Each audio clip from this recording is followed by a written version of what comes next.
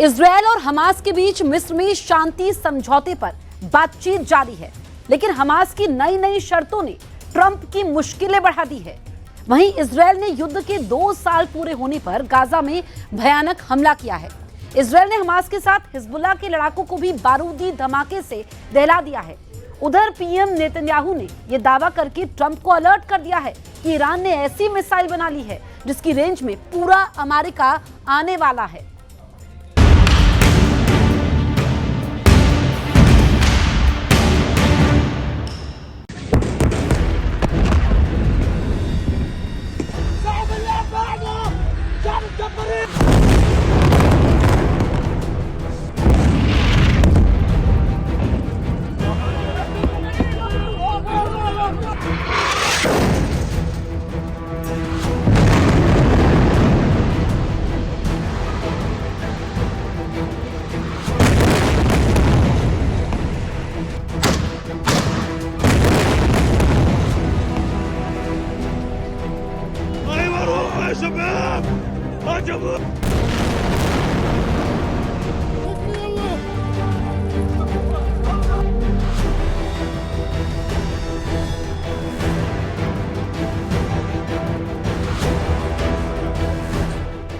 सात अक्टूबर 2023 को हमास ने इजराइल पर भयानक हमला कर 1200 लोगों का नरसंहार किया।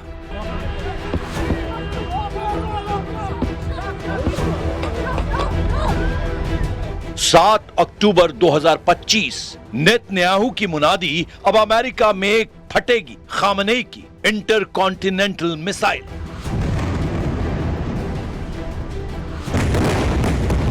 इजराइल हमास युद्ध के 2 साल पूरा होने पर नेतन्याहू ने ट्रंप को अलर्ट किया है। नेतन्याहू ने दावा किया है कि अगला नंबर अमेरिका का है।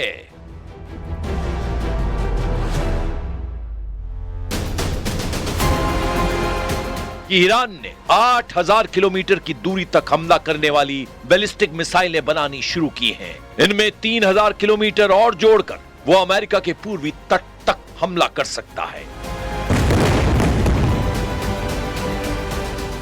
पीएम नेतन्याहू ने खामनेई की रॉकेट फोर्स की पावर बताने के साथ ही ये भी चेतावनी दी है कि ईरान मिसाइलों का खौफ दिखाकर ब्लैकमेल भी कर सकता है। हमास से चल रहे युद्ध के 2 साल पूरा होने पर नेतन्याहू ने गजा में भयानक हमला कर बदला लेना जारी रखा है। गजा में बेहिसाब बम फट रहे हैं, अंधाधुंध मिसाइल धमाके हो रहे हैं। नेतन्याहू की टैंक बटालियन गजा को रौंद रही है। इजराइल बारूद बरसाकर हमास को 7 अक्टूबर की याद दिला रहा है। नेतन्याहू दुश्मनों को वो खूनी तारीख भूलने नहीं दे रहे जब इजराइल में कोहराम मचा था।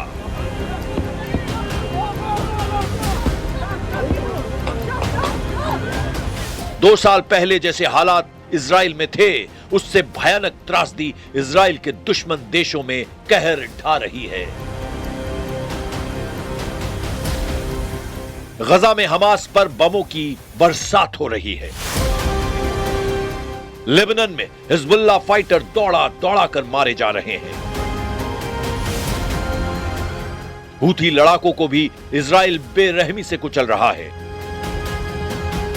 इजराइल शांति समझौते और सुलह की कोशिशों के बाद भी भयानक हमले तेज कर चुका है। इजराइल का पूरा जोर हमास के नए मिलिट्री चीफ का खात्मा करना है, वो भी युद्ध समझौते से पहले। इसीलिए इजराइल ने एक बार फिर से ऑपरेशन को धार दी है।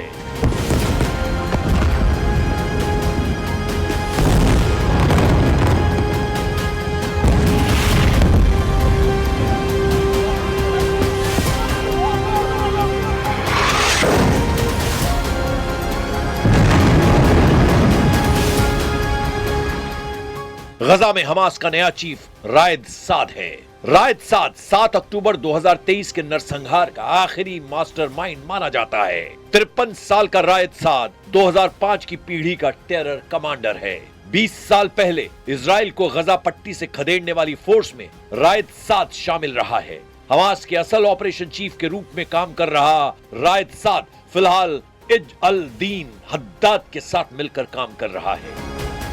इजराइल डिफेंस फोर्स बड़ी शिद्दत से रायद साद को तलाश रही है। उधर मिस्र के शर्म अल शेख रिजॉर्ट में बातचीत से पहले ट्रंप ने हमास पर मैप बम फोड़ दिया है। ट्रंप ने एक नया नक्शा जारी कर हमास को उस पर सहमत होने का प्रेशर बनाया है। ट्रंप ने शांति वार्ता से जुड़े नक्शे में इजरायली सेना को गजा के दक्षिणी हिस्से में 6.5 किलोमीटर, मध्य गजा में 2 किलोमीटर और उत्तरी हिस्से में 3.5 किलोमीटर तक तैनाती की इजाजत दी है। ट्रंप की बनाई ये येलो लाइन इजराइल को पूरे गजा पर कंट्रोल का लाइसेंस देती है। हमास ने पहले ही ट्रंप के इस ऑफर को ठुकरा दिया था, लेकिन एक बार फिर से ट्रंप ने वही नक्शा दिखाकर हमास को झुकने की धमकी दी है, जिससे मिस्र में हो रही शांति वार्ता में घमासान के आसार बन गए हैं। शर्म अल शेख में होने वाली हाई प्रोफाइल मीटिंग में अमेरिका से ट्रंप के विशेष दूत स्टीव विटकॉफ और ट्रंप के दामाद जारेड कुशनर शामिल हो रहे हैं। वहीं हमास लीडरशिप ने खलील अल हया को समझौते का जिम्मा सौंपा है, जबकि पीएम नेतन्याहू के करीबी रॉन डर्मर इजराइल की तरफ से शांति वार्ता में शामिल है।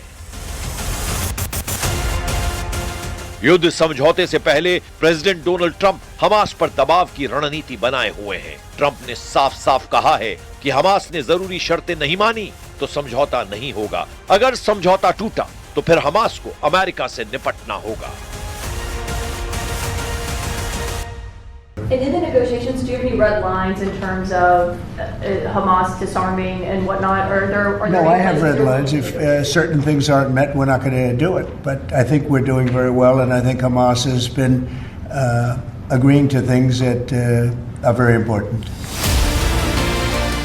हमास लीडरशिप ट्रंप की बार बार की धमकियों के बाद भी अपने स्टैंड से पीछे हटने को तैयार नहीं है। इसीलिए शांति बैठक में खलील अल हया खुद शामिल हो रहे हैं। ये वही हमास लीडर हैं जिन्हें इजराइल ने कतर में मारने की कोशिश की। दोहा में इजराइल के हमले में खलील अल हया के बेटों की भी मौत हो गई, लेकिन खलील अब भी इजराइल के सामने डटे हुए हैं। मिस्र की बैठक में शामिल होने से पहले खलील अल हया ने फिलिस्तीनियों के लिए इमोशनल बयान जारी किया है।